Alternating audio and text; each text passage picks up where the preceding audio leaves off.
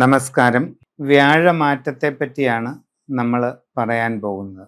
പൂരം നാളിനെ സംബന്ധിച്ച് വളരെ അനുകൂലമായിട്ടുള്ള നല്ല മാറ്റങ്ങൾ ഉണ്ടാകാൻ സാധ്യതയുള്ളതാണ് വ്യാഴമാറ്റം. 12ലേക്കാണ് വ്യാഴം വരുന്നതെങ്കിലും ഉച്ചക്ഷേത്രമായ കർക്കിടകത്തിലാണ് എത്തുന്നത് എന്നത് പ്രത്യേകം ശ്രദ്ധിക്കേണ്ട കാര്യം തന്നെ. പല ഗുണാനുഭവങ്ങളും ഉണ്ടാകും. ജീവിതത്തിൽ മാറ്റങ്ങൾ വന്നു ചേരും. സാമ്പത്തികമായി അഭിവൃദ്ധി ഉണ്ടാകും.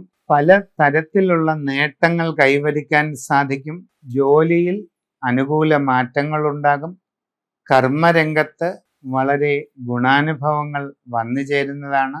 നൂതനമായ സംരംഭങ്ങൾ തുടങ്ങുന്നതിനുള്ള അവസരം ലഭിക്കും. പുതിയ പ്രവർത്തന മേഖലയിൽ പ്രവേശിക്കുവാനായിട്ട് അവസരം ഉണ്ടാകുന്നതാണ്. മനസ്സിന് വളരെ സന്തോഷകരമായ നല്ല മാറ്റങ്ങളിലേക്ക് വന്നു ചേരും.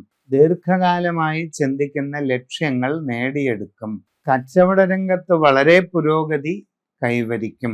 ആഗ്രഹിക്കുന്നത് പോലെ നല്ല ഉയർച്ചയും പുരോഗതിയും കൈവരിക്കാൻ അവസരമുണ്ടാകും. പുതിയ മേഖലയിൽ കച്ചവടം നടത്തുമ്പോൾ സാഹചര്യങ്ങൾ ശ്രദ്ധിച്ചു പഠിച്ച് വേണ്ടത് ചെയ്യേണ്ടതാണ്. വിദ്യാർത്ഥികൾക്ക് പഠനകാര്യങ്ങളിൽ ഉയർച്ചയും അഭിവൃദ്ധിയും നേട്ടങ്ങളും വന്നു ചേരുന്നതാണ്. വിവിധ വകുപ്പുകളിൽ ഔദ്യോഗികമായിട്ട് പ്രവർത്തിക്കുന്നവർക്ക് വളരെ അനുകൂലമായ പല മാറ്റങ്ങളും പ്രതീക്ഷിക്കാവുന്നതാണ്. സ്വന്തമായി വ്യത്യസ്ത മേഖലകളിൽ തൊഴിലുകൾ ചെയ്തുകൊണ്ടിരിക്കുന്നവർക്ക് തങ്ങളുടെ സാമ്പത്തിക പുരോഗതി വർദ്ധിപ്പിക്കാൻ കഴിയും.